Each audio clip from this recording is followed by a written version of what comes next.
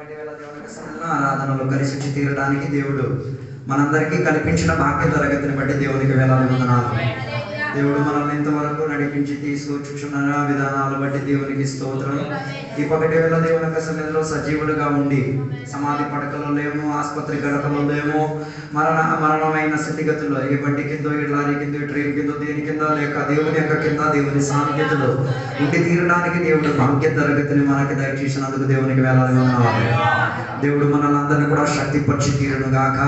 ఈ సంవత్సరం యొక్క కాల పర్యంతరం లేకపోతే ఈ సంవత్సరం యొక్క ముగింపు కాల తరగతి వచ్చి కనబడినట్టుగా మనకి కనబడుతున్నది. దాని వల్లనే కదా అందరూ కూడా దేవుని యొక్క బిడ్డలని పేరుతో దేవుని బిడ్డలని చెప్పిన వారు ఎంతెంతో సిద్ధపాటు కలిగి తీరుతున్న కేవలం దేనికోసం అంటే కొత్త సంవత్సరం వస్తున్నదన్న దానికోసం. కానీ దేవుని బిడ్డల దానికోసం కాదు, మనం సిద్ధపడి తీరాల్సింది.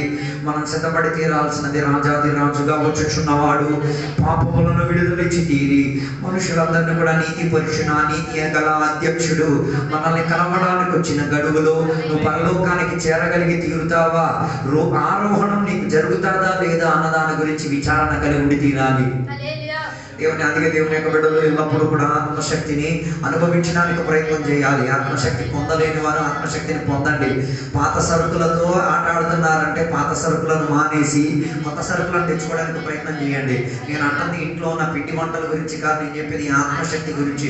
బైబిల్ చెప్పేది యేసుక్రీస్తు వారి నుంచి మరణము నుంచి తిరిగి లేపినది పరిశుద్ధాత్మ శక్తి. అయితే మరణం విమోచన దినము కొరకు నీ శరీరములను లేకపోతే మృతులుగా మా దేవుని కొరకు మృతులుగా క్రీస్తును సాక్షిగా అంగీకరించిన మరణించిన వారి కొరకు పరిశుద్ధాత్మ ముద్ర చేసి వచ్చినది పరిశుద్ధాత్మ. అయితే నేను ఆరోహణ పరిచేది, నువ్వు మరణ పడకలోకి వెళ్ళి తీరితే నేను ముద్రపరిచేది పరిశుద్ధాత్మ అయి తీరితే ఆ నిండుబాటుతో మనం జీవించడానికి ప్రయత్నం చేసి తీరాలి.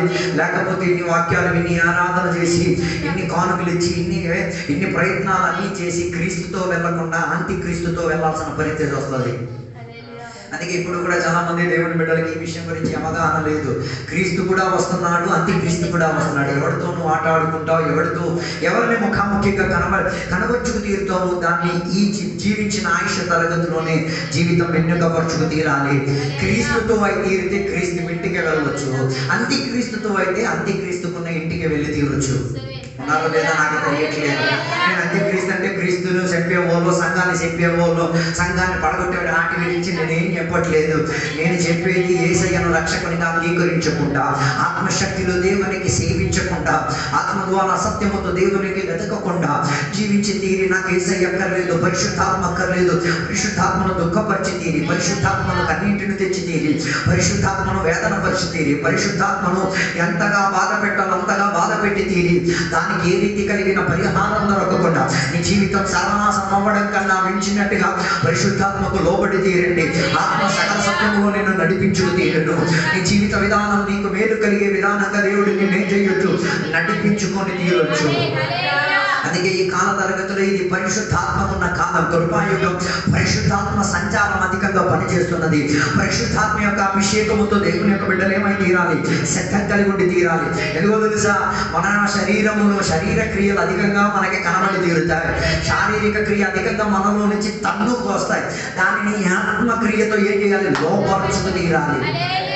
When there is the activities of flesh, శారీరకంగా ఉన్న క్రియలు బయటకు వచ్చేటప్పుడు ఆత్మకున్న యాక్టివిటీ వాటిని ఏం చెయ్యాలి, అణిచివేసి తీరాలి. విత్తనం వేయడానికి వెళ్ళిన వాడి గురించి మీకు బాగా తెలుసు కదా. ఆ విత్తనం వేసే దాంట్లో రాళ్ళ మధ్య పడినది, ముళ్ళ కంపల మధ్య పడినది, అదేమై తీరింది, అణిచివేయబడి తీరింది. దాని అర్థం సప్రెస్ చేయబడి తీరింది. ఎందుకు, దాని ఎదుగుదలకు, దాని ఫలం కాసి తీరుటకు, దాని వెలుతురు దగ్గరికి వెళ్లకుండా అభ్యంతరపడి తీరిందటగా లోక సౌకర్యాలు, శారీరక క్రియలు, లోకలములో ఉన్న పారంపర్యాలు పరిగెత్తించినప్పుడు ఆత్మ కొరకు దాహం చెంది తీరండి. ఆత్మాభిషేకం కొరకు దాహం చెంది తీరండి.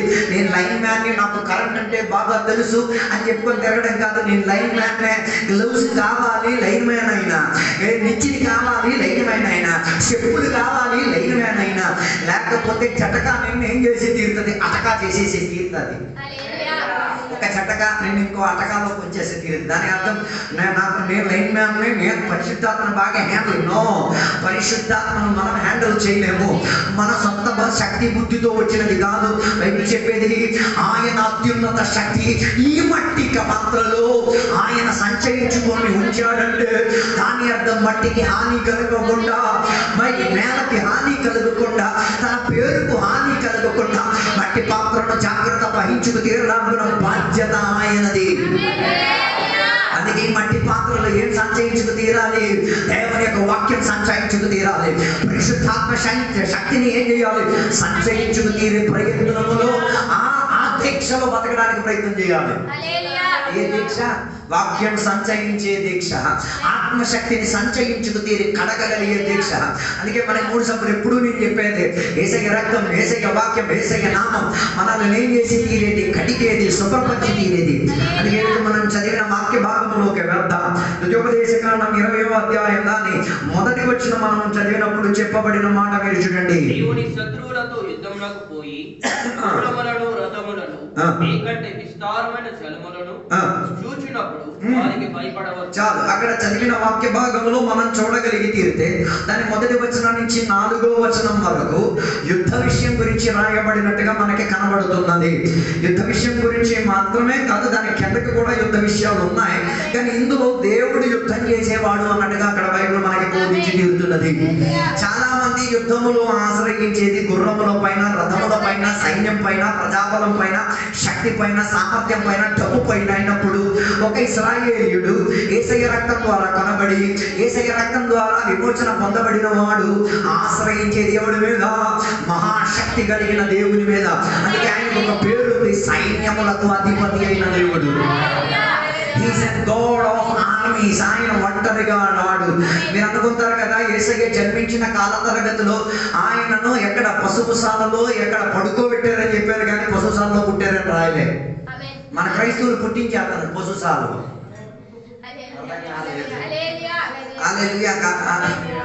అర్థం కాదు. యేసయ్య పశుశాలలో పుట్టలేడు. కారణం ఏంటిది?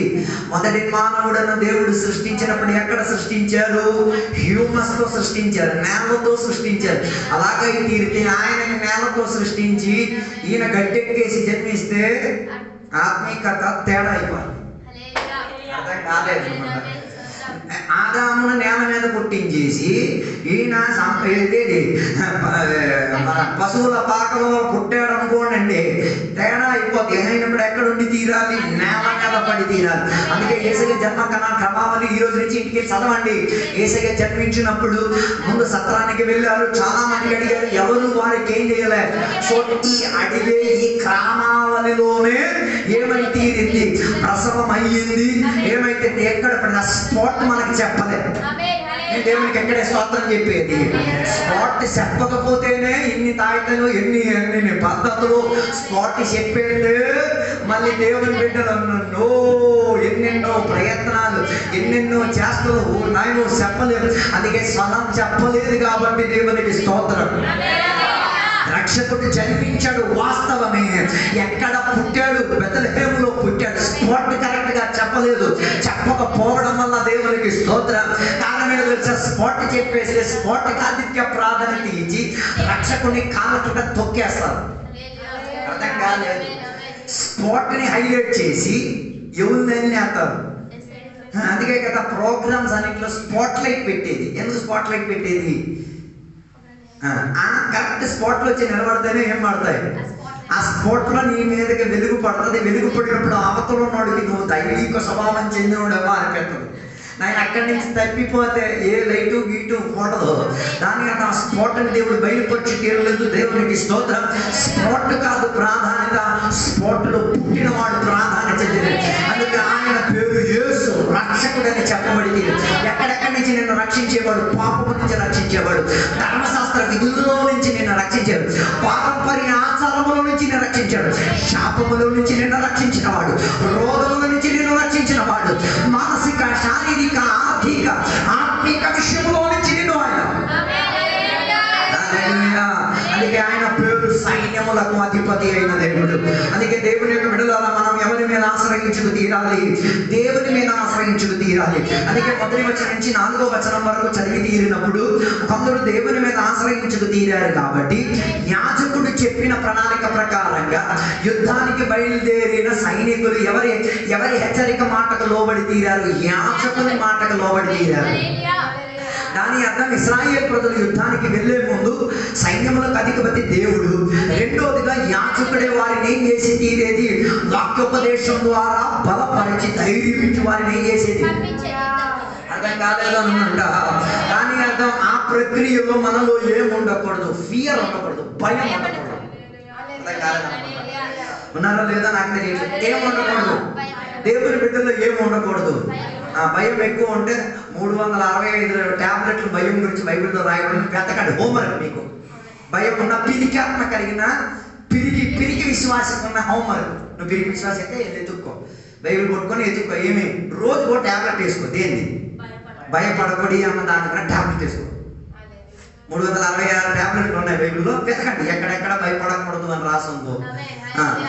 భయపడకూడదు అన్నది రాసున్నది. దాన్ని ఎత్తి రోజు ఉచ్చరించండి. రోజు ఆ టాబ్లెట్ తాగండి, భయం పోద్ది. అర్థం కాలేదు. ఎందుకు చాలా మందికి భయం వచ్చేది? సైన్యం నుంచి చూచినప్పుడు భయం వస్తుంది, ప్రజాబలం చూచినప్పుడు భయం వస్తుంది, డబ్బు చూచినప్పుడు కొందరికి ఏం వస్తుంది? ఓ లార్డ్ ప్రైజ్ లార్డ్ చెప్పండి. మనకి డబ్బు లేనప్పుడు, మన ఇంటి సభ్యులకు డబ్బులు ఉన్నప్పుడు వాళ్ళు మనల్ని పరామర్శించే విధానంలో మనకు భయం వస్తుంది. అది గడపెక్కడ భయపడకూడదు. డబ్బు లేకపోతే మీరు సిగ్గుపడడానికైనా వెళ్ళాలిగా, అవమానం పొందడానికైనా వెళ్ళాలిగా, దానికైనా గుడి దగ్గర ఉండాలిగా. అర్థం కాలేదే. మామయ్య, చిన్న మామ, అత్త డబ్బులు అయి ఉంటే మనకి నయా పైసా టికానా లేనప్పుడు తిట్టికాయడానికైనా ఎవరైనా వెళ్ళాలిగా. నేల మీద నీకు కూర్చోబెట్టడానికైనా ఉండాలి కదా, నువ్వు కూర్చోవాలి. అర్థం కాలేదు అనుకుంటాను. అదో నాతో మనలో అయితే డబ్బులు ఎక్కువగా అట్ట మా అమ్మ చెట్టలో ఎవరింటికి వెళ్ళకూడడం కాదు, వెళ్ళమాయి. ఏసయ్య భూదిగాంతములన్నిటి కూడా వారసుడు, అధికారిగా ఉన్న ఆయన భూమి మీదకి దిగి రాగలిగి తీరంటే మనం ఆయన కొరకు మన కుటుంబ సభ్యుల దగ్గర నిలదీయబడ్డానికి వెళ్ళలేము. వెళ్ళండి బాయ్.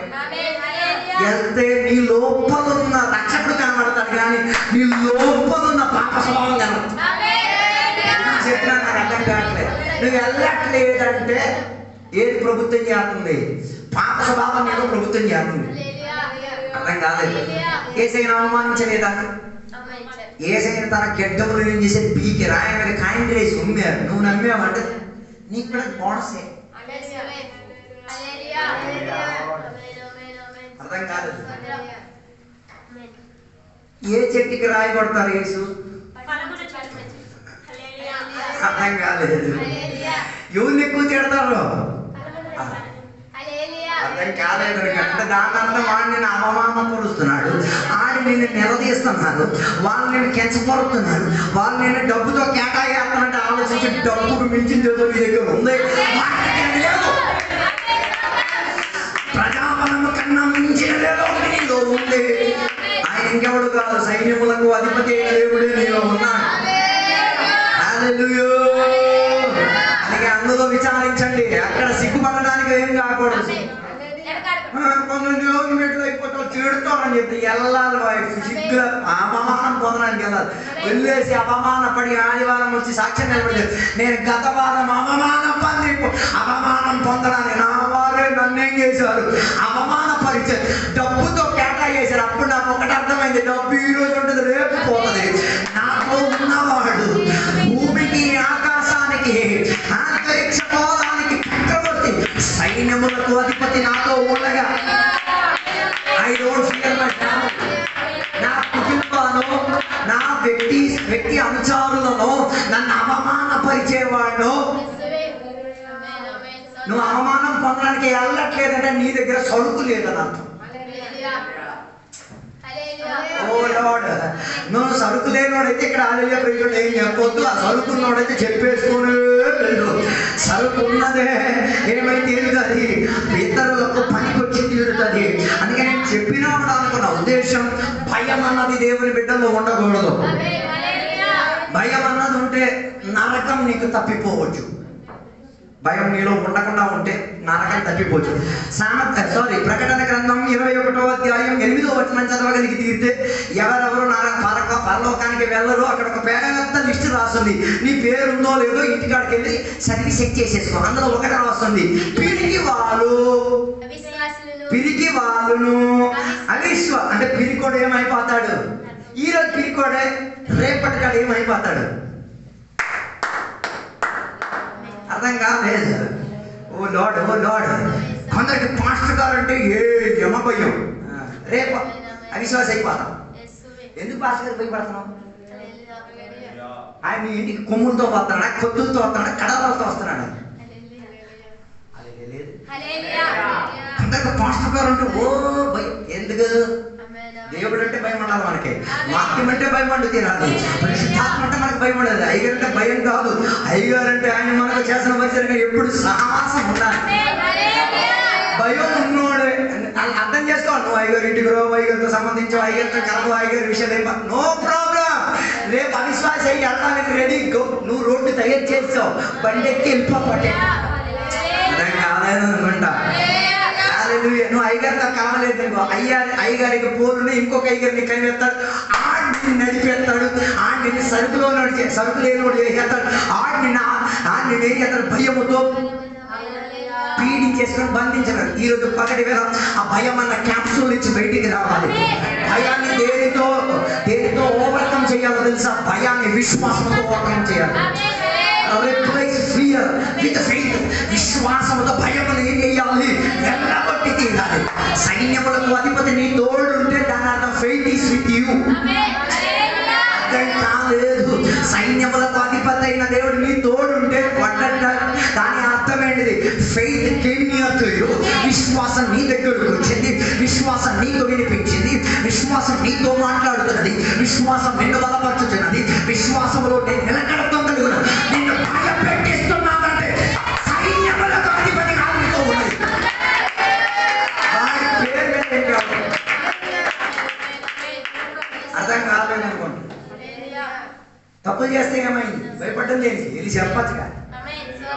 పాస్ట్ గారు నేను 1000 రూపాయలు దొంగతనం చేశాను అయ్యగారు, ఏమో నాకు తెలియదు, ఆ సిచ్యువేషన్లో నేను అలా చెయ్యాలని ఒప్పేసుకో. కనీసం ఆయన కోసం ప్రార్థన చేస్తాడు. ఇది అలాగే లేదు. ఇది ఎలా ఉంచుతారు? క్యాన్సర్ వ్యాధిలాగా గుండెకాడు ఉంచుతారు. అది అలాగే ఉండుండగానే ఇంకోటి దొంగతనం చేయడానికి ఏమనిపించి తీరుతుంది? మనసు అనిపించి తీరుతుంది. హలో, నీ సేవకుడికి భయపడ్డం కాదు, నీ సేవకుడికి లోబడినని చెప్తున్నది. ఆయనను ఏం చేయాలి? విశ్వాసం ఆయనను నడిపిస్తున్నాడు కాబట్టి అమ్ముతాం. ఇది అమ్మదు. కొన్ని పిరికాత్మలు ఉన్నాయి. పాస్టర్గా చెప్పినా నువ్వు పాస్టర్గా చెప్పినా వెళ్ళకపోతే దాని అర్థం నీకన్నా అవిశ్వాసి ఇంకొకటి. అది పెళ్లి విషయం కావచ్చు, వ్యక్తిపర విషయం కావచ్చు, కూర్చున్న విషయం కావచ్చు. ఇన్ని చేసి కూర్చొని చెప్తే కూర్చోవాలంటే కూర్చోకపోతే Christ is not your God. క్రీస్తుగా మీ దేవుడు యాంటీ క్రీస్తుని పెట్టుకుని వాడు కూర్చుంటావు. ప్రాబ్లం ఏంటి? మాకు తెలిసి ఇది కేటగిరీ వేరే అండి. మేము ప్రదర్శన పరిచి అందరి ముందు నిలదీయడానికి ఇష్టం లేక సైలెంట్ పోతాం. దేవుడు మా పక్షం ఉంటాడు. నీ పక్షం సంగతి ఏంటో ఆలోచించుకో. అది అర్థం కాదు. మాస్టర్ గారు చెప్తూ లేచి సాక్ష్యం చెప్పని చెప్తే చెప్పాలి అంతే. అది దేనికి ఆధారం? విశ్వాసానికి ఆధారం. కొందరు పాస్టర్ గారు చెప్పారు ఇటు ఇటు నీ యుద్ధం నువ్వు ఓడిపోయి బట్టలు లేకుండా వచ్చేది మేమే చూసేది. అనుకుంటాను. దాని అర్థం విశ్వాసం ఉండబట్టి సైన్యములకు అధిపతి అయిన దేవుడు నీకు ఉన్నాడు కాబట్టి నీకు ధైర్యం వస్తుంది. సైన్యములకు దేవుడు నీ తోడుగా ఉన్నాడని నీకు ఒక విపరీత దేవుని సాన్నిధ్యత వెంటబడి తీరుతాయి. హలో, అందుకే నేను చెప్పొచ్చే మాట యాజకుని మాట వినాలి, లేకపోతే పెరుగుతూ పిలుస్తున్నాడు. నా అర్థం ఏం చేయాలి? ఆయన చెప్తారు పలానా పెళ్లి చెయ్యి అంతే. మరి ఆయన ఉత్తినే కాదు, మంత్రతంత్రాలు ఏం చేయాలి? ఆయన ప్రాంతం చేసి చెప్పేసారు. మరి దానికి నీ రుద్దు పెట్టామంటే వస్తాడు. అలా రుద్దు పెట్టినాడు. మీకు నిలదీసి నేను చెప్పడానికి నేను బాగా దాని అన్నాం రిప్లేస్ ఫియర్ విత్ ఫెయిత్. విశ్వాసంతో దేనితో వెళ్ళగొట్టాలి, భయాన్ని వెళ్ళగొట్టి తీరాలి. అది 3వ అధ్యాయంలో మనం చూడగలిగి తీరితే ఫియర్ ఎప్పుడు వచ్చింది? మొదటి మానవులకు ఫియర్ భయం ఎప్పుడు వచ్చింది? విశ్వాసం పోయినప్పుడు భయం వచ్చింది. అర్థం కాలేదు. ఎలా మనిషికి విశ్వాసం వచ్చేది? విశ్వాసం లేని ద్వారా, వినికిడి ఏ వినికిడి ద్వారా? ఏదో వినట్టు అయిపోద్దా? ఏం వినాలి? జాన్ 1:1 ఆది యందు వాక్యం దేవుడు ఇప్పుడు ఏమైతే శారీరక రూపంలో ఏమైతే దిగి వచ్చాడు. దట్ మీన్స్ నువ్వు శంఖలో పట్టుకు తిరుగుతున్నది ఏంటిది? దేవుని యొక్క వాక్యం. హలో, ఇది దేవుని యొక్క వాక్యం. ఇది మొదటిగా ఉన్నది. ఇది దేవునితో ఏముండిది? దేవుని అనుబంధం ఉండిది. అలాగైతే ఇందులో రాయబడినది ఒక్కొక్కటి మనం ఏం చేయాలి? నెరవేర్చుకుంటూ వెళ్ళాలి. ఇది చెప్పింది గీకమని చెప్పి గీకేనంటే మళ్ళీ నువ్వు దానికి ఎక్స్ట్రా డైలాగ్ చెప్పుకోవాలి. కూడా గీకేమంటే పీకేనంటే మరి నువ్వు పీకలేకపోతే నీ సంగతి, అది నా సంబంధం లేదు. ఇది పీకమని చెప్పి అర్థం కాలేదు అనుకుంటా. భయం దేనిని రీప్లేస్ చేసింది? విశ్వాసాన్ని. భయం ఏం చేసింది? రీప్లేస్ చేసింది. ఎలా కాదా మొదలకు భయం వచ్చింది? లేదు. భయం రావడానికి ఉన్న కారణం వారు ఎవరి పోలికలో నిర్మింపబడి తీరారు. వారు ఎవరి మహిమను క్యారీ చేసుకునేవారు. అందుకే వారికి ఏం అక్కర్లే, బట్టలు అక్కర్లేని ఒక స్థితిగతి ఉండి తీరింది. దాని అర్థం మహిమ వస్త్రం వారిని ఏం చేసి ఉండేది? కమ్మి పెట్టుకొని తీరింది. వారి పోలిక ఎవరి పోలిక? దేవుని యొక్క పోలిక. అప్పుడు దేవుని యొక్క మహిమ ఉంది. రెండోది దేవుని యొక్క కృప కూడా, దేవుని యొక్క మహిమ కూడా వాళ్ళు ఏమై ఉంది? కప్పి పెట్టబడి ఉంది. దాని అర్థం ఎవరిని చూస్తే ఎవరిని చూసినట్ల, ఆనా మొక్కలను చూసి తీరితే ఎవరిని చూసినట్ల, తేజోమయుడైన దేవుని యొక్క పూర్తి వర్ణన కాదు, కాస్త వర్ణన అర్థమై తీరేది. అర్థం కాలేదు. 2 మైకులు ఉన్నాయి కదా, వెనక్క మైక్ నీకు కనబడట్లేదు కదా, కానీ వెనక్కి ఏదో ఒకటి ఉన్నట్టు అనిపిస్తుంది కదా. ముందు ఆదాం అయితే వెనక్కి దేవుడు ఏమై ఉన్నాడు? కనబడి తీరేంతటిగా ఉన్నాడు. ఉన్నవాడు పూర్తిగా ఆయన నీకేమై తీరాడు? కనబడలేడు. అర్థం కాలే. అందుకే భయం ఎప్పుడు వచ్చింది? భయం రావడానికి ఒకడు వచ్చి వారిని ఏం చేశారు? భయపెట్టేటట్టుగా ఉన్న సామాగ్రి ఇచ్చుకుపోయాడు. ఏమని చెప్పాడు? ఆయన నిజంగా దేవుడు చెప్పాడా? ఇది విశ్వాసం అన్నది నిజంగా దేవుడు చెప్పారా? ఈ దానిని దేనితో కాటా చేశారు? అవిశ్వాసంతో కాటా చేశారు. దాని వలన వారి లోపలికి ఏమొచ్చి తీరింది? భయం వచ్చి తీరింది. దేవుడు నీకు ఏదేని తోటనిచ్చింది బాధ్యత నెరవేర్చుకోవడానికి, సాతానుతో సహవాసం పెట్టుకోవడానికి కాదు. స్టిల్ దేవుని యొక్క బిడ్డలకి తెలియదు. కొందరికి సంఘం ఎందుకు దొరికిందో ఇప్పుడు కూడా కొన్ని విశ్వాసాలకి సపోర్ట్ కొట్టడానికి కాదు. సంఘం ఇట్స్ ఫర్ రెస్పాన్సిబిలిటీ. ఏంటి నీ సంఘానికి ఉన్న బాధ్యత? What is your responsibility? రావడం ఆయన సపోర్ట్ పెట్టడం, కోన్ వేసేసి ఈ నెగ్గేసి వెళ్ళిపోవడం. హలో, ఆదమ్మ వాళ్ళకి దేవుడు ఎక్కడ ఉంచారు? ఏం పని తోటలో? ఏంటి వాళ్ళ రెస్పాన్సిబిలిటీ? అప్పుడు సంఘం నువ్వే ఏం చేయాలి? చేతిపరచాలి. సంఘ బిడ్డలు కూడా నువ్వేం చేయాలి? అర్థం కాలేదు. సంఘ బిడ్డలు కంటే కొందరు రారు కదా. ఆయన మాటకి ఏం చేయాలి? ఆవు ఎక్కించుకుని తీసుకురావాలి. అలా కూడా రాలేకపోతే ఏం చేయాలా? అంబులెన్స్ బుక్ చేసి అందులో కొట్టు పెట్టేసి కట్టేసి తీసుకుని ఇక్కడ వచ్చి పడేయాలా? అలా చేయడం వలన ఆయనకి మనం ఏం చేస్తున్నాం? సేద్యపడుతున్నాం. ఆయనకి ఇష్టం ఉండదు ఇక్కడికి వచ్చి కూర్చోడానికి. కానీ చేతులు కొని పెట్టేసి ఇక్కడ కూర్చోబెట్టి ఏంటి ఇక్కడ కూర్చోబెట్టారు? లేదు నన్ను ఎవడో బలంతో ఇక్కడ తీసుకొచ్చి కూర్చోబెట్టి. అలాగైనా దేవుని యొక్క వాక్యం మీరు బాగుపడితే బాగుండేమో. అర్థం కాలేదే. దానికి అర్థం దేవుడు ఆదాము హవ్వలకు ఏమి ఇచ్చిన బాధ్యత? విశ్వాసులకు ఏముంది? బాధ్యత ఉంది. ఏంటి బాధ్యత? లోకమంతటికి వెళ్ళి ఏం చేయాలి? సువార్త చెప్పాలి. లోకమంతటికి వెళ్ళి సువార్త చెప్తే మాత్రం సరిపోదు, దెయ్యాలను వెతలగొట్టాలి. తర్వాత ఏం చేయాలి? అన్యారాధన శక్తుల్లో ఉన్న మనుషులను విడిపించుకుంటే, చెరలో ఉన్న మనుషులను విడిపించాలి. పేదరికములో, ఆత్మిక పేదరికములో ఉన్న మనుషులు ఆత్మిక ధనవంతులై ఉంది. ఇది మనకు దేవుని బాధ్యత. 3 times eating, 4 times going bathroom. దానికి కూడా హాలిడే చెప్పారు. Very good. ఆ ప్రక్రియ కదా. హలో, అది కాదు మన బాధ్యత. We are responsible. మన దేశం అతపతనం అవుతున్నది. Responsibility ours. ఏం కారణం? దేశం కొరకు ప్రార్థన చేయమని దేవుని యొక్క వాక్యం మనకు బోధిస్తున్నది. 4 రీతి కలిగిన ప్రార్థన గురించి బైబిల్ మనకు బోధిస్తున్నది. విజ్ఞాపన ప్రార్థన చేయాలి, మధ్యస్థ ప్రార్థన చేసి తీరాలి, కృతజ్ఞత ప్రార్థన చేయాలి, ప్రార్థన చేయాలి. దేనికోసం? రాజుల కోసం, అధికారుల కోసం. ఇక్కడ లోటు లేదని చెప్పి గవర్నమెంట్ తిట్టడం కాదు, నువ్వు పేదం చేయలేదు. మీరు చూసారా లేదు? వచ్చిన మేము దేవునికి స్తోత్రం చెప్పిన ప్రార్థనకి రోజు తీరలేదు కానీ, నెలలు తీరలేదు కానీ రోడ్డుకు చాలా వచ్చేసింది. అర్థం కాలేదు. బైబిల్ చెప్పేది దేవుని యొక్క సువార్తను అందించిన వారి పాదం ఎంతో మనోహరం. ఓకే, నేను నడిచి ఎప్పుడు ట్రావెల్ చేయాలి, బండిలో ట్రావెల్ చేయాలి. నేను బండిలో ట్రావెల్ చేశాను, నేను నడిచి వెళ్ళినట్లేనే. అదే నా పాదం సువార్తకు నా దీపం ఎక్కడికి తీసుకొచ్చిందంటే ఈ ప్రాంతం మొత్తం ఏమైతే ఉంటుంది, వెలిగిప్పబడికి కారణమేంటి? I live in faith. నేను విశ్వాసంలో జీవించున్నాను కాబట్టి భయాన్ని నేను ఏం చేసి తీరుతా, ఎదిరించుకోండి. బాధ్యత తీసుకో. ఈ బాధ్యత తీసుకోవాలని కొన్ని విశ్వాసంలో ఉన్న వాళ్ళు పెళ్లికి కూడా యోగ్యులు కాదు. If you are not responsible in your church, you are nowhere responsible for a holy matrimony. అర్థం కాలేదు. బాధ్యత కలిగిన విశ్వాసిగా సంఘములో ఎదగకపోతే, బాధ్యత కలిగిన ఒక పౌరునిగా బాధ్యత కలిగిన పరిశుద్ధ వివాహం చేయలేదు, ఇంకేదో చేసుకోవచ్చు. హల్లెలూయా, హల్లెలూయా. ఉన్నదా లేదా నాకు తెలియట్లేదు. హల్లెలూయా. అందరికీ ఏముంది? బాధ్యత. పాస్టర్ గారికి బాధ్యత ఉంది, విశ్వాసం ఏముంది? బాధ్యత లేనివాడు ఎవడో లేరు. బాధ్యత లేని బాధ్యత ఉందో లేదో చూస్తే తెలుసుకోవాలి.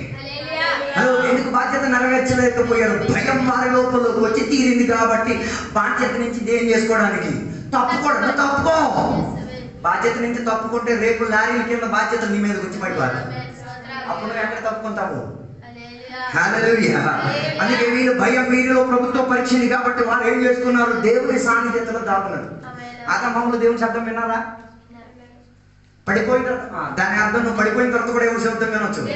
మళ్ళీ వాగొచ్చు, నువ్వు నన్ను దేవుడు మాట్లాడాడు, కరుణ ఇచ్చాడు, దర్శనం ఇచ్చాడు. గుస్తది గుస్తది గుస్తే ఇంతలోనే కానీ మళ్ళీ అంతలోనే మారిపోయింది. మొన్న కూడా వర్ణిస్తున్నాడు, నేను చూచా ఒక బంగారు వీధి చూచా. మనవాడికి సంఘంతో ఏ అనుబంధం లేదు. బంగారు వీధి దేనికి?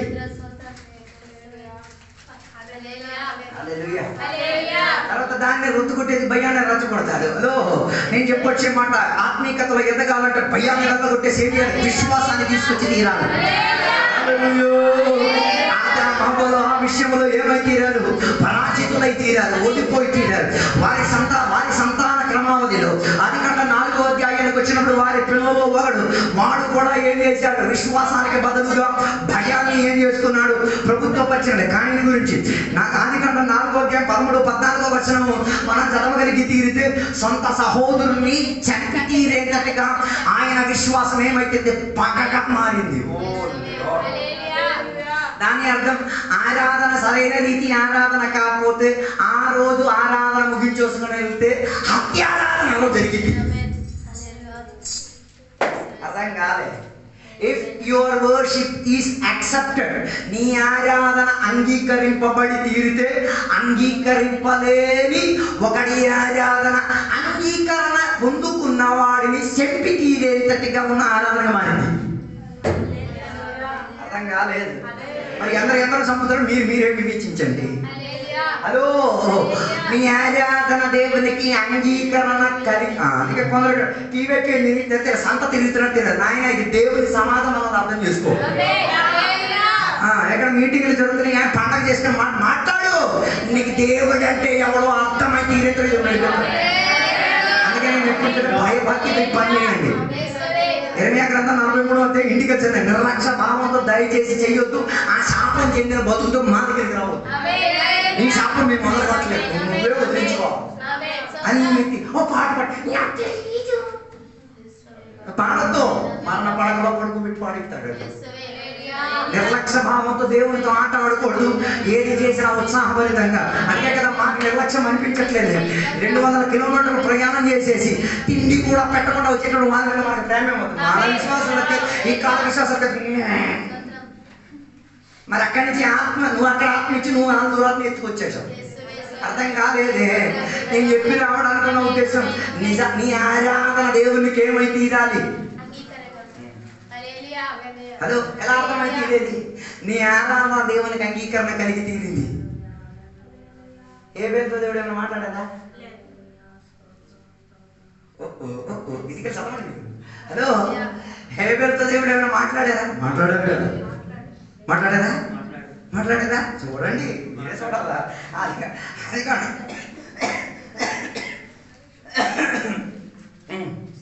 4వ అధ్యాయంలోకి రండి. దాని 4వ వచనం. హేబేలు కూడా తన మందలో తొలిచూలుని పుట్టిన వాటిని, త్రొవ్విన వాటిని కొన్ని తెచ్చెను. యెహోవా హేబెలును అతని అర్పణను లక్ష్యపెట్టెను. కయీనును అతని అర్పణను ఆయన లక్ష్య పెట్టలేదు కాబట్టి కయీనునకు మిక్కిలి కోపము వచ్చి అతడు తన ముఖము చిన్నబుచ్చుకొనగా యెహోవా కయీనుతో నీకు కోపమేలా? ఎవరు మాట్లాడుతున్నది? ఇది ఎవరితో? ఎవరితో మాట్లాడలేదు? హల్లెలూయా హల్లెలూయా హల్లెలూయా. ఈ డైలాగ్ ఎవడో పట్టాడు? ఎవడు? దేవుడు నా ఆనందం అంగీకరించి ఈ డైలాగ్ చెప్పాలి. దేవుడు నాతో మాట్లాడాడు చెప్పండి. కారణం ఏంటిది? ఈ ఆరాధన కదా చేసింది. మనం ఆరాధన ఎలా చేయాలి? ఆత్మతో సత్యంతో ఆరాధన చేయాలి. రైట్? ఆత్మతో సత్యంతో ఆరాధన చేస్తే అవతల రిసీవ్ చేసిన దేవుడు కూడా ఆత్మస్వరూపియే. ఆత్మ కనెక్టెడ్ అయితే తీరితే శరీరం తెలియాల్సిన అవసరం లేదు. శరీరానికి పొగుడితలు అక్కర్లేదు, శరీరానికి ఘనత అక్కర్లేదు, శరీరానికి మేము పేరు అక్కర్లేదు, శరీరానికి ప్రఖ్యాతి అక్కర్లేదు. అర్థం కాలేదే? హల్లెలూయా. దానికి అర్థం ఆత్మ రిసీవ్ చేసుకుంది. ఓ నా పేరు ఘనత ఏం రాకపోయినా పర్లేదు, దేవుడు నాతో మాట్లాడకపోయినా కనెక్షన్ ఏర్పడింది కదా. అందుకే కదా బైబిల్ చెప్పింది, ఏ పేరు రక్తం ఏం చేస్తున్నది? చేస్తుంది. ఓ లార్డ్, ఈయన దేవునికి రక్తం అర్పించి తీరితే ఈడ రక్తంగా కారబట్టి ఈడ రక్తం కూడా నేల మీద ఏం కేకేస్తుంది? నీతి నీతి నీతి నీతి. ఓ అందుకే కదా బైబిల్ చెప్పింది, అబ్రహాం విశ్వాసము ద్వారా నీతిమంతుడుగా ఏమై తీరాడు? పిలవబడ్డాడు, అంగీకరింపబడ్డాడు, యాక్సెప్ట్ చేయబడి తీరాడు. దాని అర్థం నువ్వు విశ్వాసం చెందిన వాడైతే, విశ్వాసాన్ని అంగీకరించిన వాడైతే, విశ్వాసములో నిలకడత్వం కలిగిన వాడైతే నీ ఆరాధన అంగీకరింపబడి తీరుతాడు. నువ్వు చచ్చాక కూడా నీ కేక కాదు, నీ శబ్దం. ఏ శబ్దం? రక్తానుకున్న శబ్దం కేకే. అర్థం కాలేదే? దాని అర్థం నీ నీతి మంతత్వం ఏమై తీరుతుంది? చొప్పుడు ఇచ్చి తీరుతుంది. నీతి ఎక్కడి నుంచి బయలుదేరింది? నీతి ఇక్కడ కావాలి, నీతి ఇక్కడ నెరవేర్చబడి తీరాలి. ఈ పగటి వేళ నీ ఆరాధన దేవునికి అంగీకరణ వచ్చే దేవుడు నీతో మాట్లాడేది అన్నది సూచించడం. ఎందుకు దేవుడికి ఆయనతో మాట్లాడారు? దేవుడికి ఆయనతో మాట్లాడకపోతే ఏం ప్రాబ్లం అయ్యింది? వీడి లోపల ఏం వచ్చేసింది? ఫియర్ వచ్చేసింది, భయం వచ్చేసింది. అందుకే కదా ఏం చేశాడు? చంపేశాడు. ఫియర్. విశ్వాసం లేదు. విశ్వాసం ఉంటే ఏం చేయను? వీళ్ళు అడుగుతారు, తమ్ముడు నువ్వు ఎలా చేసి ఒకసారి నాకు చెప్పరా? ఏంటంటే వాటి అలాగే ఉండదు. ఈ డాడీ మీద కాలు పెట్టుకుంటారు. తమ్ముడు మొన్న ఆ వాక్యం ఏం చెప్పి ఒకసారి చెప్పు తమ్ముడు, నువ్వు ఎక్సైజ్ అడగలేకపోతే చంపడానికి వెళ్ళదు, సత్తో వెళ్తాను మనం. అర్థం కాదు. సైన్యములకు అధిపతిగా దేవుని సంతానమే, దేవుడిని ఆశ్రయించుకొని వెళ్ళిన వాడులే.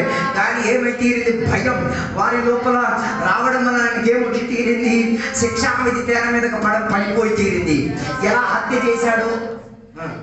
ఏ విత్తనం వేశాడో అదే విత్తనాలకున్న రిటర్న్ జవాబు దేవుడి దగ్గర నుంచి దొరికింది.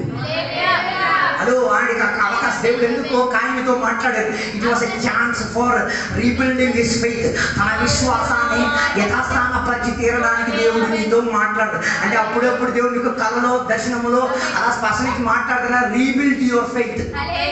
అర్థం కాదే? రీబిల్డ్ అంటే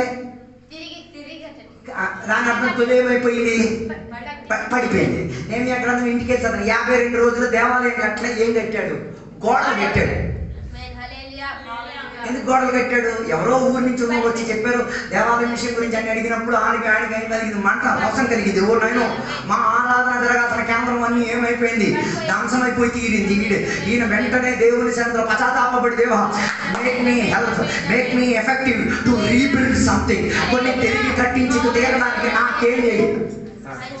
ఈ భయం చెందిన పిరికాత్మ చెందిన దెయ్యాలు ఏం చేస్తాయి తెలుసా? రీబిల్డ్ చెయ్యవు, ఉన్నదాన్ని కూర్చేస్తాం. కొంత సంఘ బిడ్డలు ఈ పని మీదే బేరగా తిరుగుతున్నారు. ఏ పని? సంఘాన్ని విశ్వాసంలో రీబిల్డ్ చేయరు, సంఘాన్ని పట్టుకుని వెళ్తారు. ఎలా కొట్టుకుంటారు? ఈ underground business. Hello, pastor గారి తర్వాత సంఘంలో సంఘ బిడ్డలకు ఒక్కొక్కరికి అనుకుందాం. దొంగసాటుగా కింద నుంచి అండర్ గ్రౌండ్ వర్క్ చేయండి. ముందు అయ్యగారు నేను పలానా విశ్వాసం కలవడానికి వెళ్తున్నాను అడిగించాలండి. అర్థం కాలేదు. ఇది దొంగసాటుగా దూరుకొని వచ్చి మంచం కింద నుంచి వెళ్ళేసి అమ్మ బాగున్నావా ఈ వచ్చిన విశ్వాసకైనా బుర్ర ఉండాలా? నీకే ఏం చెప్పాలా? మైగర్ గురించి చూసావా? మైగర్కి తెలుసా? యేసుకి జై, హల్లెలూయా. ఏంటేసి నువ్వైనా నాకు నువ్వు వస్తావు అనుకున్నాను, నువ్వు కూడా రావట్లేదు. Hello hello hello, hallelujah, praise the Lord. ఈ అండర్ గ్రౌండ్ బిజినెస్ అన్ని దేనికి? ఎలకల పని ఏంటి? ఏంది ఎలకల మట్టికి ఏం చేస్తున్నాయి? చేమల పని ఏంటి? మట్టికి ఏం చేస్తున్నాయి? ఎలకే కొంత తయారు. Hello, if you are building something, it should not be underground, it should be on the top. ఏదైనా కట్టేది కింద కాకూడదు, ఏదైనా కట్టేది పైన. కింద నువ్వేం చేయలేవు, నువ్వేం కింద చేయలేవు. కింద చేయాల్సిన ముందే చేశారు. ఇక చెయ్యాల్సింది ఎక్కడ? విశ్వాసంలో కట్టు. హలో, ఈ పగటి వేళ నీ సహోదరి ఏడాది అంగీకారం పొందలేదా? విశ్వాసంలో అన్ని కట్టు. నీ సహోదరి మొహం చిన్నబడిపోయిన విశ్వాసంలో కట్టు. నీ సహోదరి ఆత్మిక చర్య లేదు, పాట లేదు, ఆరాధన లేదు, గడ్డకీయడం లేదు, రంపాలా తిరుగుతున్నాను. కట్టండి అని కాదు, నువ్వు కట్టబడరా నాయన, నువ్వు కట్టబడాలి. మరి ఏంటిది? అందరూ నిషేధించిన మూలరాయిని ఆయన నిన్ను రక్షించి తీరడానికి కట్టబడి ఆయన రెడీ అయితే నువ్వు కూడా వచ్చే కట్టబడు. Rebuilding your faith. తన విశ్వాసములో రీబిల్డ్ అయితే తీరడానికి దేవుడు ఏం చేశాడు? ఏమని చెప్పారు? నాయన నువ్వు యథార్థంగా చేసి ఉంటే. ఎంత దయగలిగిన దేవుడు మీరు చూడండి. సైన్యమైన దేవుడు, ఏలోహిమైన దేవుడు, త్రియేక దేవుడు, ఎంత మనసును చూడండి. He is a die hard fan. దేని కొరకు? నేను మార్చి తినడానికి. He is a crazy fan. Hello, crazy fan అంటే నేను ఏదో ఒక విధంగా ఏం చేయాలా? సంభాషించి మాట్లాడి ఏం చేయాలి? నీ లోపల భయాన్ని దూరకొట్టేసి విశ్వాసం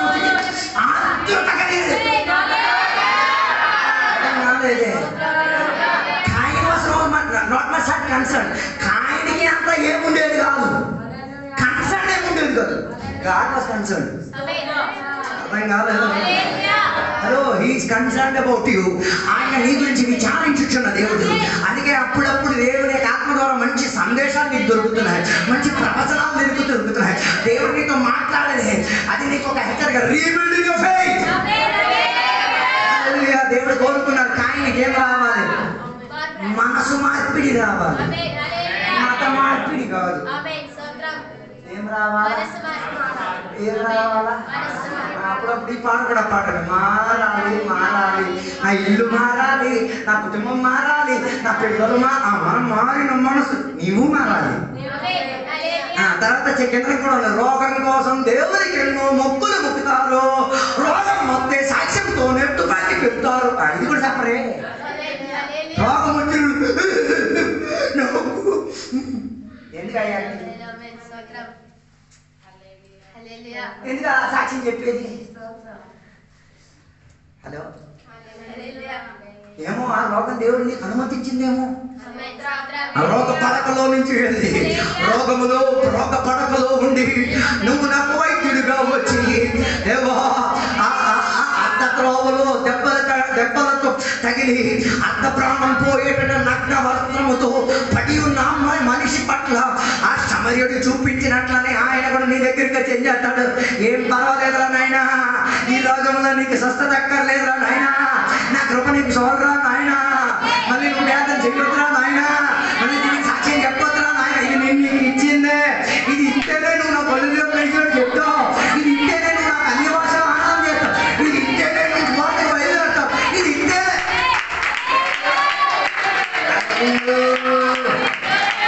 అర్థం కావట్లేదు.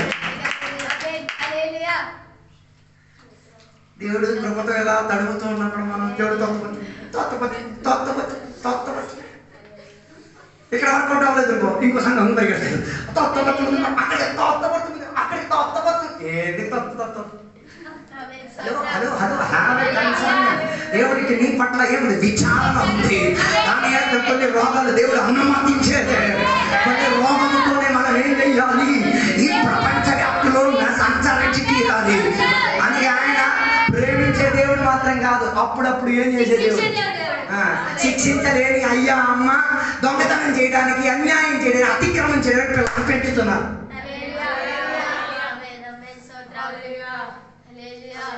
అందుకే బైబిల్ చెప్పేది train your kids with the rod. ఇంగ్లీష్లో రాడ్ అని రాశారు. రాడ్తో పిల్లలకి ఏం చేయాలా? ట్రైనింగ్ ఇవ్వాలా. తెలుగులో ఏమైనా కర్ర ఉపయోగించిన వాడు బెత్తం ఉపయోగించిన వాడు తన పిల్లలు ఏం చేస్తున్నాడు? భూమికి బరువుగా చేస్తున్నాడు. హల్లెలూయా. ఏం చేయాలి? బెత్తం. హల్లెలూయా. అప్పుడు అయ్యగారికి అధికారం ఉంది ఏం మాట్లాడానికి. బాప్తిజం పొందేటప్పుడు నీళ్ళలోకి మునిగి లెగిచే ముందు అయ్యగారు అయ్యగారు I give all responsibility to hit me but I won't hit you. నేను నేను తిరిగి కొట్టనా. ఈ కాలం అలా కాదు. అయ్యగారు చెప్పారు ఐ వోంట్ హిట్ యూ అని చెప్తారు. అదృశ్య భావనలో అదృశ్య గోళములో అదృశ్యంతో ఉన్నవాడితో కలిసి హిట్టింగ్ బయలుదేరు, మేము హిట్టింగ్ చేస్తాం. నేను చెప్పొచ్చే మాట, నీ పిలికతనం పోయి తీరడానికి, నీ లోపల ఒక రూపాంతరం విశ్వాసంలో ఒక రీబిల్డింగ్ వచ్చి తీరడానికి దేవుడు నీతో మాట్లాడు. అందుకే కాయంతో దేవుడు మరలా మాట్లాడాలి కదా. అదే నాయన నీ పతనం కిందకి దిగజారిపోతుంది. అందుకే యేసయ్య దేవుడు ఆయన ఒక మాట, నీ గడప దగ్గర ఏం నిలబడి ఉంది ఓ లార్డ్. దాని అర్థం వీడు ఇంకా స్వీకరించి తీరడానికి దేవుడు ఉన్నాడు కాబట్టి ఏం రాలేదు. గడప దగ్గర నుంచి లోనికి ఎందుకు రాలేదు? ఎవరు మాట్లాడుతున్నారు? అందుకే దేవుడు, అందుకే బైబిల్ చెప్పేది ఆయనలో పాపం లేదు, ఆయన పాపం చెయ్యలేదు, ఆయన పాపం ఆయన దగ్గర కూడా పాపం ఏమైతే లేదు.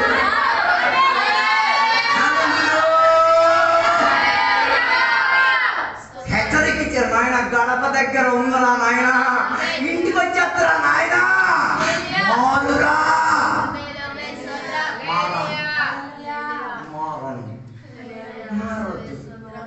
మారొద్దు. అందుకే దేవుని బిడ్డలకి ఎప్పుడు ఏం రావాలి? మనసు మార్పిడి రావాలి, మనసు మారాలి. అందుకే అప్పుడప్పుడు ఈ పిచ్చి పిచ్చి పాటలని పాటలు పట్టేసి మారాలి, నేను మారాలి, ఈ గలీజు మారాలి, ఈ మూర్ఖుడు మారాలి, ఈ పద్ధతి మారాలి, ఈ చింతయా ఓ లార్డ్ ఆయన మనసే ఎవరికి కావాలి? దేవునికి కావాలి. దానివల్ల ఏమైనా మారలేని ఏమైనా ఉంటే ఈ పద్ధతి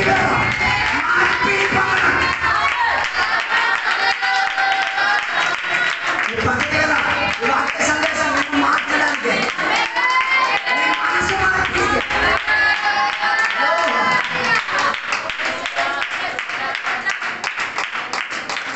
మార్పిడి వచ్చేస్తే you will be rebuilding your faith. నీ విశ్వాసంలో నీకేం వచ్చేస్తుంది?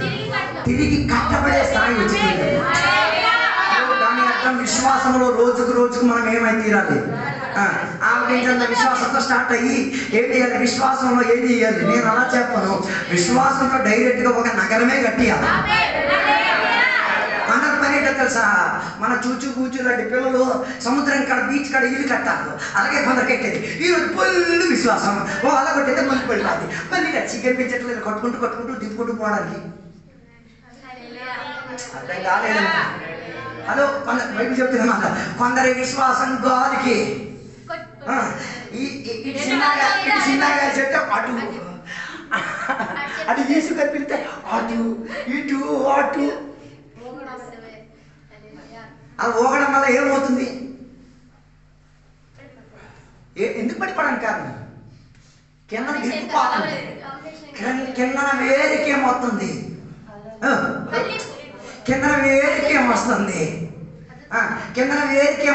క్రాక్ వస్తుంది మెల్లిమెల్లిగా. అందుకే బైబిల్ చెప్పే క్రీస్తు ప్రేమలో ఏం రాయాలా?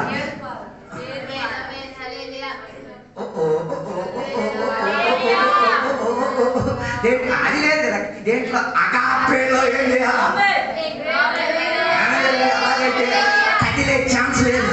అదే కదా బైబిల్ చెప్పేది, మనం శత్రువులుగా ఉన్నప్పుడే, మనం దేవునికి విరోధులుగా ఉన్నప్పుడే అగాపే సర్చ్ మీ, అగాపే వెతికొచ్చింది, అగాపే నాలోకి కుమ్మరించారు, అగాపే నన్ను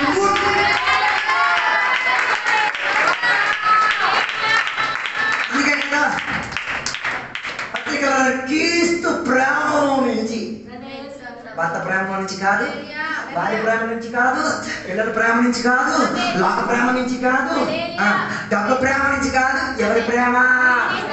the agape of God in Jesus Christ. అందులోంచి మనల్ని ఎవరు ఏం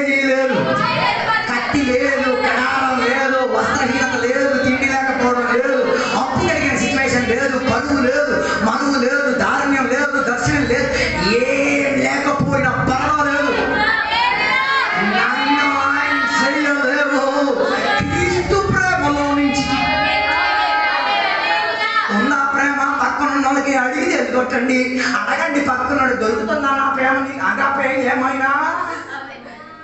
నేను అడగమని చెప్పను, మీ మనసాక్షి ఒకరితో అడుగుతున్నది నాకు కనబడుతున్నది.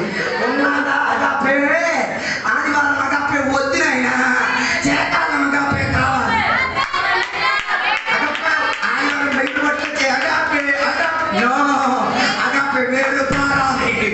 పరిస్థితుల మధ్య కదలలేనట్టుగా ఆయాలను దేవునికి అంగీకారం ఇచ్చినా ఇవ్వకపోయినా నేను కనిపించలేదు, నేను ఓర్పలేదు, నేను నిలకడలేదు.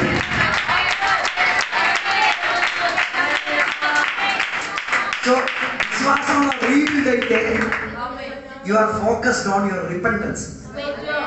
అందుకే కదా బైబిల్ చెప్పేది మారు మనసుకు తగిన దాని అర్థం దేనికి కూడా ఫలం ఉంది. Jesus Christ.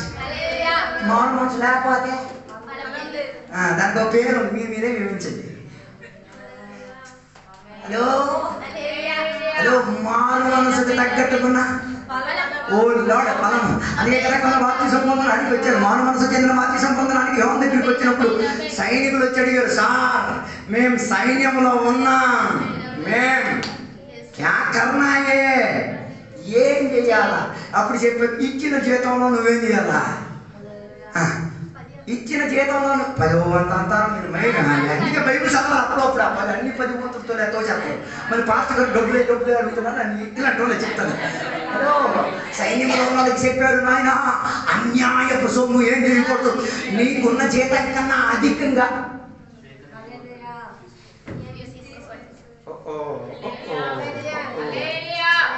నువ్వు సైన్యంలోనే ఉన్నావు, సామాను 100కి కొన్నావు, ఇచ్చావు 500, నీకు 1000 తిరిగి ఇచ్చాడు అనుకో.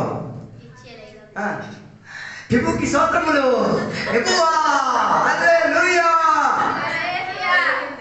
పెట్టేసుకొని వెళ్ళు, ఇంటికంటే నుంచి చెప్పుడుగానే అంతికిస్తొచ్చాను అని మా కేకలు వినబడతాయి. హలో అది ఎవరిది కాదు. మనం ట్రైన్లో బయలుదేరినప్పుడు 2 రూపాయల నోటు ముట్టడానికి కూడా మనం తిరిగి ఇవ్వాలి. ఏమి 4 రోజులు నాకు సంబంధం లేదు. మా పక్కన కొడుకు ఈ లెంత్ ఇప్పుడు తీస్తాను 2 రూపాయలే. హలో హల్లెలూయా. హలో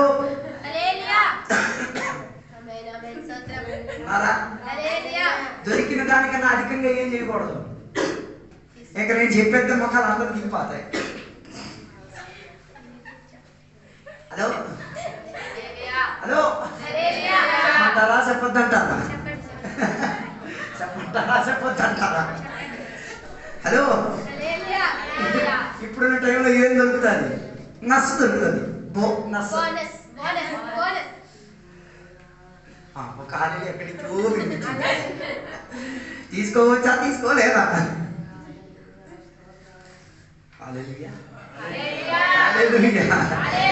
అక్కడే మూసేస్తాను, నేను చెప్పేస్తాను, మీరు అన్న నన్ను కూడా నాకు విషయం తెలుసు. దేవా నేను చెప్పడానికి రెడీ, అది వినడానికి రెడీ కాదు, మీరు చూసుకోండి. హల్లెలూయా. హలో మనకి దొరికిన దాంట్లో మనం ఏమై ఉండి తీరాలి? తృప్తి చెందేటట్టుగా. హలో హలో నువ్వు ఉద్యోగం చేరటాన్ని నీతో మాట్లాడ 100 ఇస్తాను, పెంచండి అంటే కొంత అది ధ్యానాల మీద పడిపోతారు, దాని ఉద్యోగం పోతుంది. మళ్ళీ దేవునికి మళ్ళీ ఉద్యోగం దేవుడు అడుగుతాడు, తొలిచ్చారుగా ఏం చేయాలి? హలో హలో జీతం ఇవ్వకుండా ఇశ్రాయేలు దేవుడు ఎన్ని సంవత్సరాలు నడిపించారు? ఐగుప్తు దేశంలో ఉన్నప్పుడు వాళ్ళకి ఏం లేదు, వడ్డీ చాకరీ పని చేయడమే. ఎందుకు ఏడ్చారు? మరి దొరకకపోతే ఏడుస్తారు. మరి రేషన్ దొరికితే తిండి దొరికితే సామాగ్రి అన్ని దొరికితే ఇంకేం పేపర్ ఇటుకి చేసుకోవచ్చు కదా. వీళ్ళకి అర్థమైతే అన్నీ ఉన్నాయి, ఎవరు లేరు, దేవుడు లేడు. దేవుడికి సాంకేతాన్ని చెప్తారు, అది మాకు కావాలి. అందుకే దేవుడు ఎవరిని పంపించారు? మోషే అహరోనును పంపించి నీ ఆరాధన కోసం బయలుదేరి. నేను చెప్పొచ్చే మాట, అధికంగా మనం ఏం చేయకూడదు, ఆశించుకోకూడదు. అర్థం కాలేదు. హలో నీకే జీతం, నువ్వు జీతగస్తుడు అయితే, నువ్వు పని చేసేవాడు ఎంత నీ దొరికిన దాంట్లో ఎలా నేనేమవ్వాలి, how I should deal it correctly. అందరికి తెలియదు. మిగతా 25 पैसा, జీవన్ సాకి 1 రూపాయి, దొరికేదేమో 25 पैसा, ఖర్చులు పెట్టేదేమో. హలో హలో, ఇఫ్ యువర్ ఆమ్దనీ ఈస్ 25, బీ ఇన్ 25. నీకు 25 ఇచ్చారంటే 25 పైసలు ఇచ్చారంటే 25 పైసలు ఎలా నేనేం చేయాలి? నా కుటుంబాన్ని పోషణ. Teach me lord. హలో, అందుకే కదా తలాంతులను విభజించినప్పుడు దేవుడు కొందరికి 5, కొందరికి 2, కొందరికి 1 ఎలా ఇచ్చారు? వారి స్తోమతను చూసి, అర్హతను చూసి కాదు, వారికున్న కెపాసిటీని బట్టి. దాని అర్థం నీకు దేవుడు ఇచ్చిన జీతం నీకు సరిపడిపోయేది. If there is a God with you, దేవుడు నీతో ఉంటే 25 పైసలు కూడా ఏం చేయొచ్చు. నా 1 కోటి రూపాయలు వస్తే నేను ఉద్యోగం చేస్తాను. ఏనాడు వాడు ఉద్యోగం చేయడం 1 కోటి రూపాయలు కూడా అడిగినాను. హలో, నేను చెప్పొచ్చే మాట, నీకు దేంట్లో ఇస్తున్నావు దాంట్లో నీవేమై ఉండి తీరాలి. దాంట్లో నువ్వు ఎలా అడ్జస్ట్ అయితే తిరగడానికి ఏం చేయాలి? అర్థం కాలేదు. 100 రూపాయలు ఉన్నప్పుడు కోన్లు తీ, లేకపోతే 1 కోటి రూపాయలు వచ్చినా కూడా బ్యాంకింగ్ ఆత్మిక బ్యాంకింగ్ అన్నం చేస్తానే ఉంటాం. 10 రూపాయలు ఉన్నప్పుడు రూపాయి ఇవ్వగలిగిన వాడు 1000 వచ్చినప్పుడు కూడా ఏం చేయగలిగి తీరాలి? 999 తీసుకోగలిగి తీరాలి. నేను చెప్పింది మీకు ఎక్కలేదు అనుకుంటా. 100కి రూపాయి ఇవ్వగలిగిన వాడు 1000 వచ్చినప్పుడు రూపాయి ఆయన ఎంచుకొని 999 దేవునికి ఇచ్చుకోగలుగుతాడు.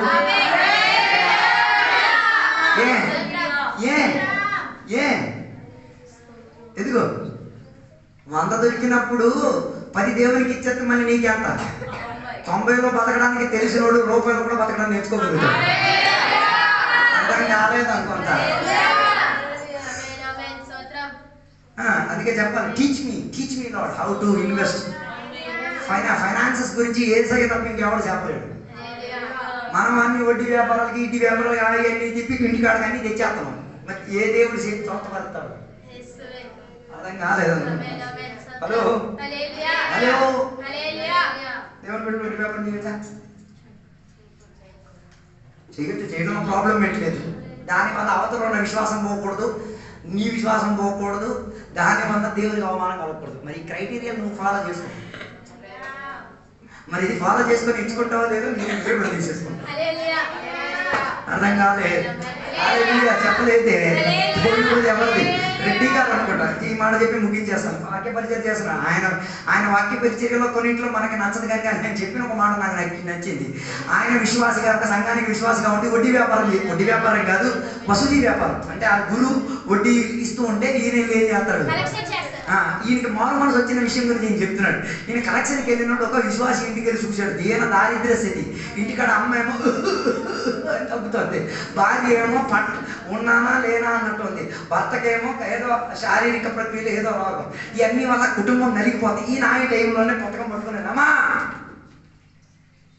రెడ్డి వచ్చాడు, ఇవ్వండి అంటే ఆయన ఇవ్వడానికి ఏట్లేదు. ఆ పరిస్థితి చూసినప్పుడు ఈయనకి మారు మనసు ఉన్నాడు కదా. ఆయన సరే ఇంక మీరు కట్టొద్దు, ఇక నేను రానా పుస్తకం ఇవ్వండి అన్నాడు.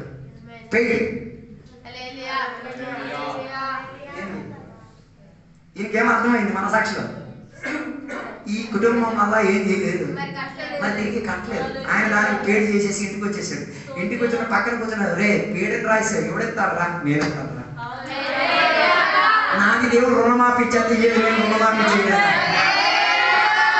అవతలను కదిలిపోయాడు. నీకు దొరికేది 1,00,000 కాదురా, నీకు దొరికేది 7,000. పోనీరా. నేను ఇక్కడి నుంచి వెళ్ళిన తర్వాత ఫ్యామిలీ లోన్ డ్యాన్స్ చేసేది నువ్వు చోట్ల నేను చూస్తాను. అలా మాట అంటారు. ఏంటో పుణ్యాత్మునిలా దేవుడు మా ఇంటికి దిగి వచ్చి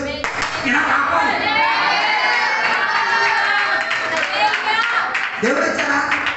దేవుడు వచ్చారా? దేవుడి స్వభావం మారు మనసు ప్రక్రియలో విశ్వాసం.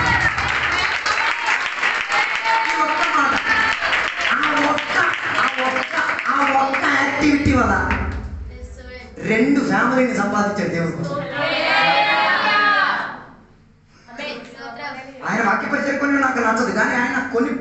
ఉన్నాయి.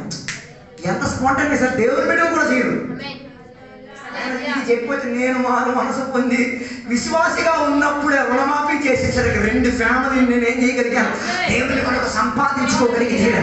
అలాగైతే తీరితే సైన్యములకు అధిపతి అయిన దేవుడు కూడా కోరేది ఎలా సైన్యములలో మనుషులను రిక్రూట్ చేయండి.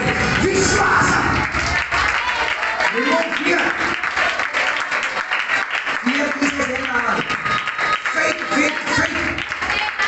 అలాగైతే ఈ సంవత్సరం తీరే లోపల దేవుడితో మాత్రం ఒప్పందం చేసుకుంటా. నేను ఒక ఫెయిత్ విశ్వాసం చెందిన ఒక తరగతిగా మారి తిరుగుతాను. లోకంలో ఉన్న భయాన్ని దూరపరుస్తా, ఇంట్లో ఉన్న భయాన్ని దూరపరుస్తా, సమాజంలో ఉన్న భయం. ఈ వాక్యాల ద్వారా దేవుడు మనల్ని కూడా దీవించుగాక. ఇప్పుడు సాక్ష్యం చెప్పడానికి ఉన్న సమయం. చిన్నపిల్లలు నిలబడతారు, సాక్ష్యం చెప్తారు. తర్వాత పెద్దలు నిలబడి సాక్ష్యం చెప్తారు.